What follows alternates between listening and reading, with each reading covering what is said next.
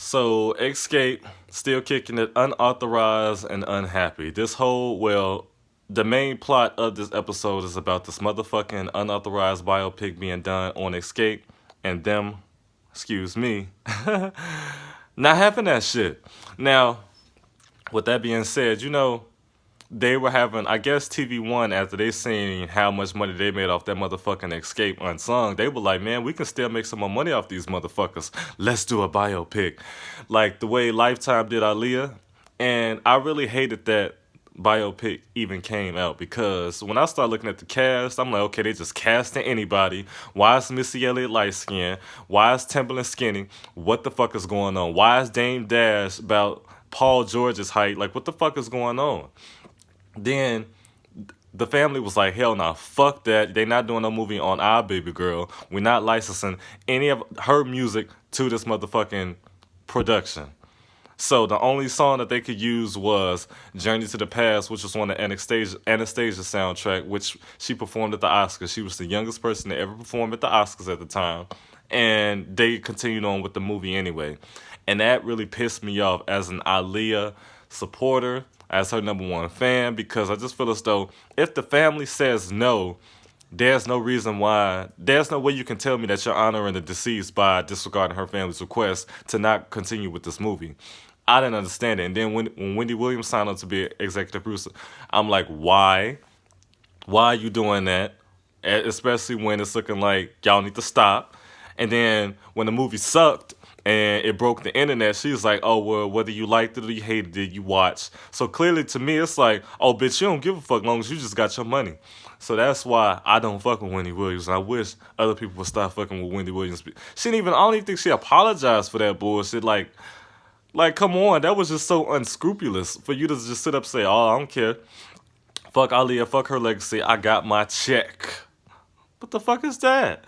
But anyway, fuck Wendy Williams. When that bitch fainted, I smiled inside and on the outside. I really did. It was like the Joker, ear to ear. So, Escape TV1 doing an unauthorized biopic on them asses, and they needed the music, so they went to Jermaine Dupri. Now, this is what he claims he did. He claims he agreed with the biopic in terms to licensing the music because he felt this would be needed to get the group back together. That's what he claims. I don't feel that way. I feel like he licensed that music out as a businessman to make his motherfucking money on the film. That's what I feel like. I don't feel like he knew or he felt that him doing that would have gotten the group back together. I really don't. I feel like that was some BS. But it was, I mean, in a way, he was right. It did well. I don't feel that that's what his intentions were, but I think he just pretty much said now that he's seen the four of them were in his office for like the first time in years, he just decided to just pull that out his ass because it did bring the girls back together. But I don't believe that he knew that it would bring the girls back together, and nor did Candy. I feel like that was just immaculate timing, or was it immaculate something? It was immaculate, but they were all pissed about it, and they were also pissed about how he would never mention Escape, considering that they were his first artists. They had, well, his first act. They had 3 platinum albums, and they were like super successful.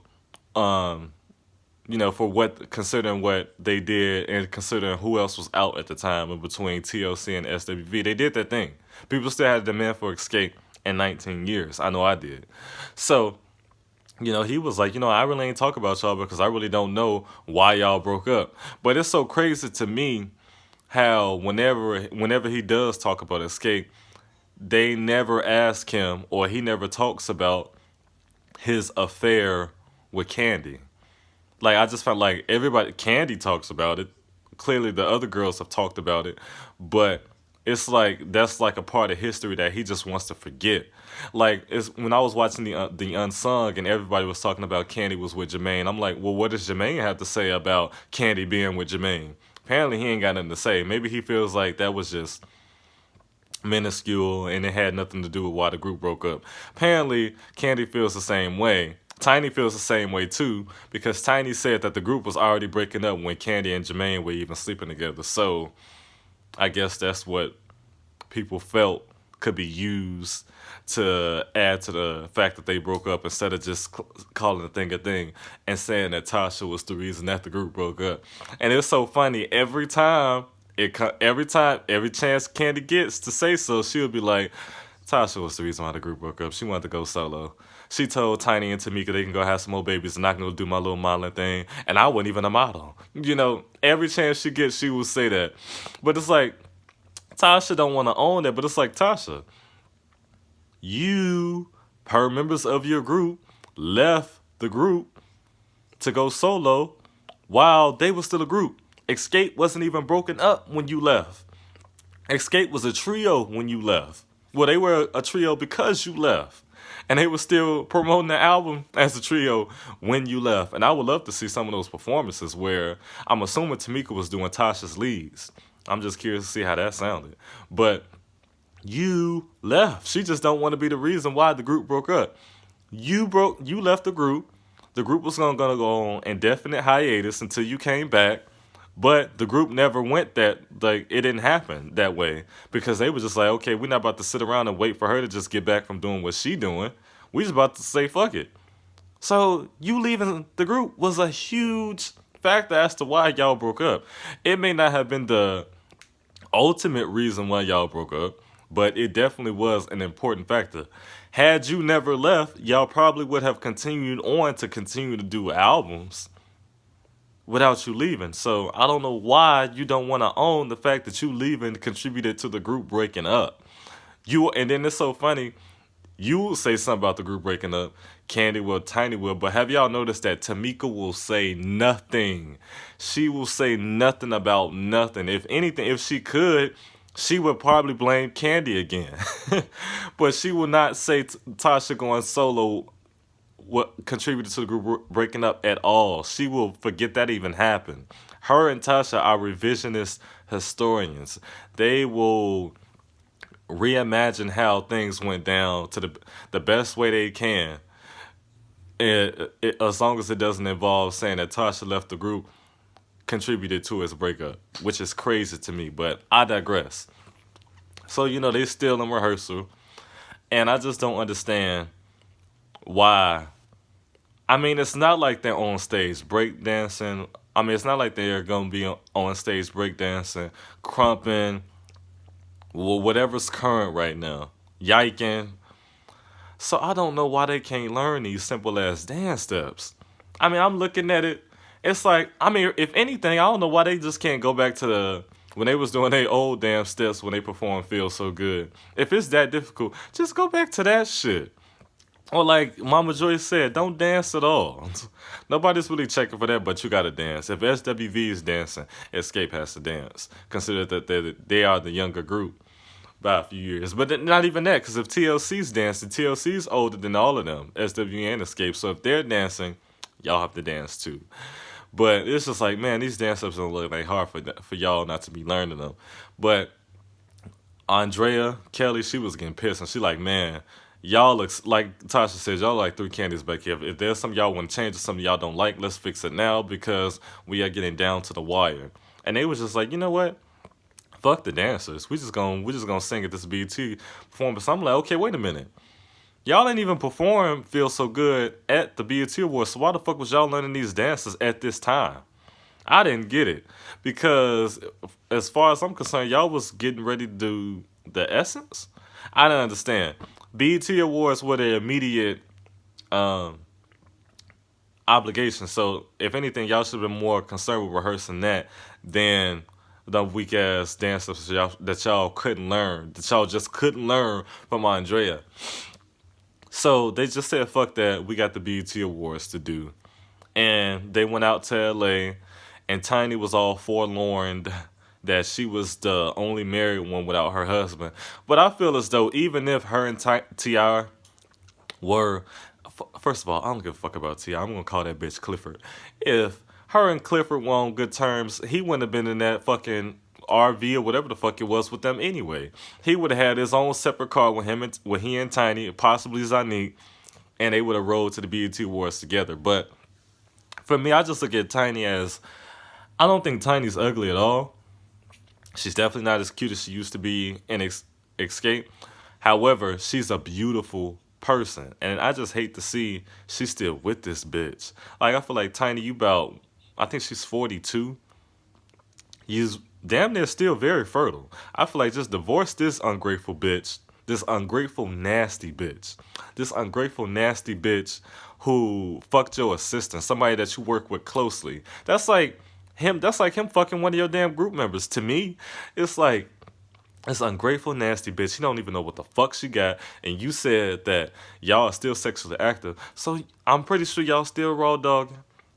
He hitting it from the back and pulling it out. So that's just so nasty to me. And you still with this bitch. Like, leave him. Find you a better man. And have his baby and say, okay, we're done now. I got my new husband, I got my new baby. Clifford is a thing of the past because he just don't know how to act. He a nasty ass man. And I don't know if y'all ever peeped that new song, but Xscape has a new song out called Dream Killer. That song is so about T.I. Cause in the lyrics it's like, oh, you wanted me at home. This, that, and the third. T.I. wanted Tiny, Clifford wanted Tiny at home. He didn't want her to work. He never wanted her to do Xscape. He was like, why would you want to work like the regular people when I can take care of you? Because he wants to be out doing his thing, fucking all these strippers and shit, and assistants. That's why. I need to wash my face. He wants to know where she is at all times, while where he is a fucking mystery to her. But if y'all haven't go listen to that song, go listen to that song because it's all about his weak ass. But I digress. He wasn't there. He didn't show up for her performance, nor did he show up for Zanique's performance either. And I'm like, okay, your wife hasn't performed with the groups in its originality with the founding members in 19 years. You didn't think that was an important appearance to me? No, on top of this, the BET Awards anyway. Where the fuck were you? Probably out with them strippers again, unfortunately. You weren't you weren't at your stepdaughter's event either. It's like, come on, Clifford, come on, Clifford. The Big Red Dog would have been there. Why weren't you there? But Tiny, I hope you find someone else because Clifford is not the bitch for you. With that being said, so Angel Bricks from Basketball Wives LA fame came through with the dresses, with the outfits and shit. Candy was not happy with the fuck she had to wear, so she put on Tamika's shit. And to be honest, it didn't even look good on Candy. Like, granted, Candy, you got a big ass, but you're just not Tamika's size, so it looked baggy on you. You felt like you like a missionary. Bitch, you would have been looking like Nene with that fucking moo on at that 70s party wearing that shit. So it fit Tamika so much better, but Tamika, you went a little OD with the ass. You really did. Your ass is like way too wide for your body. Like, and I remember her having an ass back in the day. I remember being on her MySpace page and she had an ass. So I don't know why she augmented it. Maybe she was like, maybe she wanted to do something with her. I feel like she did a a fat transfer, because she just had a baby. So maybe she took some of that fat out and put it in her ass, but she should have left it alone. She need to take it back out and she need to burn it off. She really need to burn it all off, really. I know Candy she tries to work out. Maybe the two of them can go work out together and get that fat off because it's just way too much ass to me because way too wide. It's not looking good whatsoever. So after they try on the outfits and shit, the production kind of just rushed the whole BET Awards performance. It was like they were in the car. Candy was trying out that high note. Then they left. They performed, and then they were back getting ready for they were just having an after party, having drinks. And Tasha's husband, Rocky, was asking Candy, where she was at as far as coming back to the group. And she was like, let's just enjoy this moment. Let's not be too hasty. But Candy, you got to understand. Like you said, like all these offers that y'all have received is because people want to see y'all. Like Jermaine Dupri said, like y'all mean something to people. So it's kind of like, what do you want to do? Do you want to work? We need to know now before we even get all caught up in what could be instead of what's going to be. You know what I mean?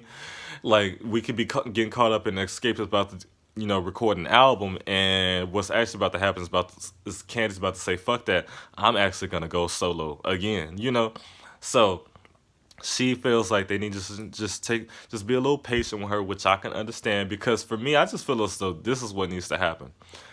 Iyanla needs to fix Escape, and then Escape needs to work on becoming friends again. Like they have to want to be, like she said, she wants to get to a point where they even want to be around each other.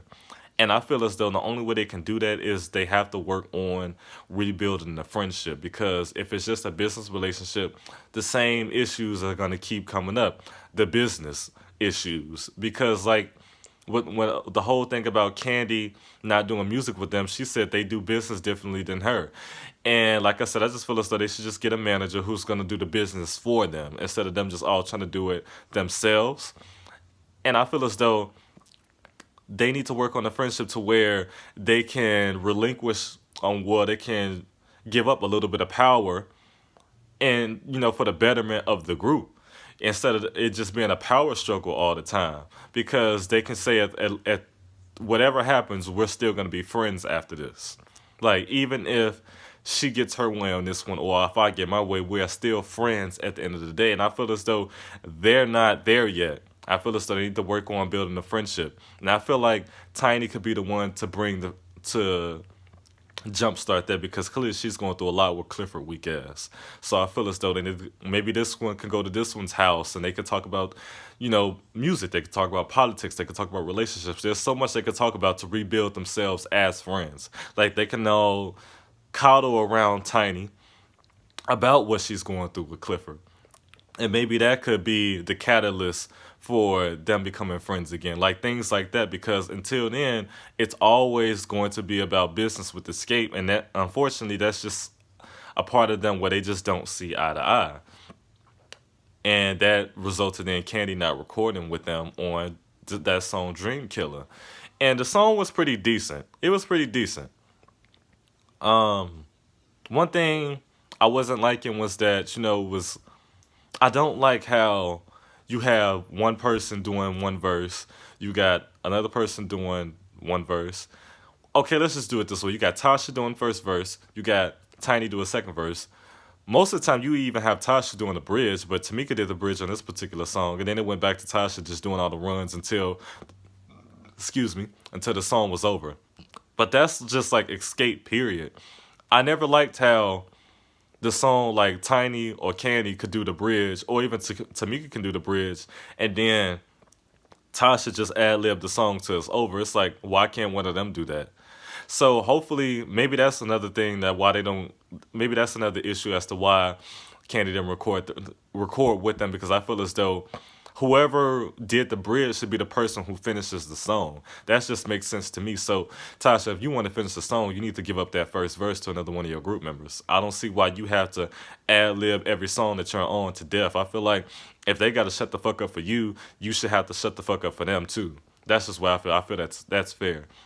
But as far as them going as a group, I feel like they really need to rebuild the friendship again. Hopefully because as I see, they're not at home spending Thanksgiving together, which I thought was so weird.